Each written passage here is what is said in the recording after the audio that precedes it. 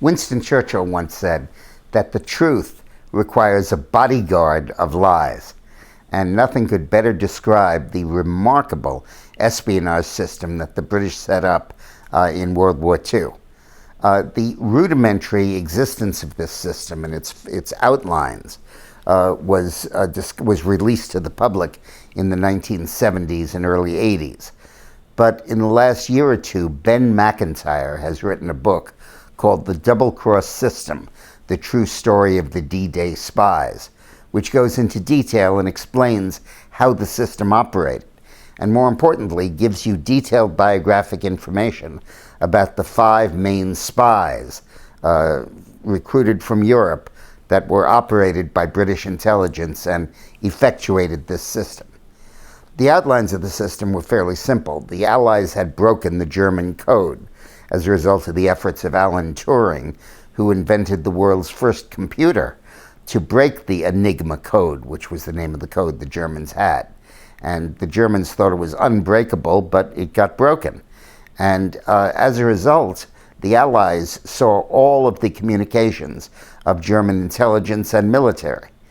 And early in the war, they discovered that they could locate every single German spy in Britain, because he would communicate with intelligence in Germany, and Canaris was the head of it, and they would know he was there, and then they would swoop down and capture him. So there was not a single German spy in Britain who was not controlled by British intelligence. In some cases, the spies were completely made up.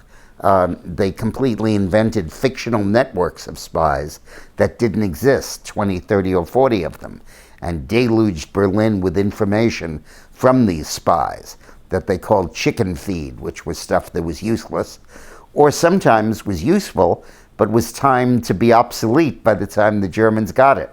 One of the agents the Germans thought they were operating in Britain, who was in fact controlled by British intelligence, sent a warning that the Allies would land in North Africa as opposed to Denmark or Norway or Sicily, which were other possible sites where the Germans had significant military concentrations to ward off possible invasions.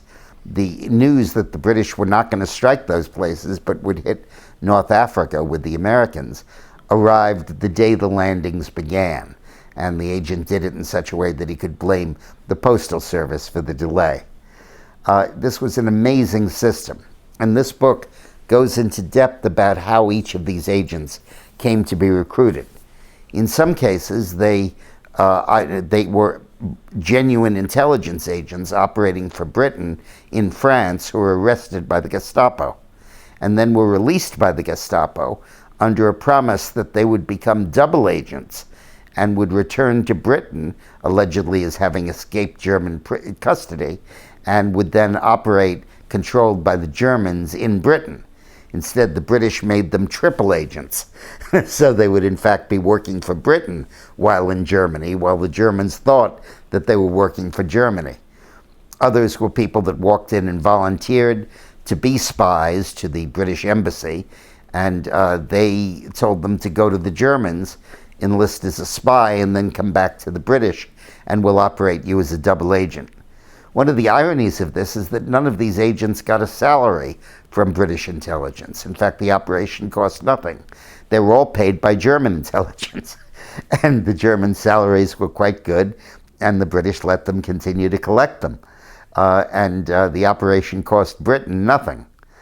Now, this operation was incredible as a defensive measure to make sure that Germany couldn't get important information out of Britain through a spy network. But in the early 1943, the British realized that this could be an offensive weapon, that this system could actually be used to mislead the German military to the Allies' advantage, particularly as they contemplated the need to land in Europe on D-Day. And we'll pick up that story in next week's history video. Thanks for watching.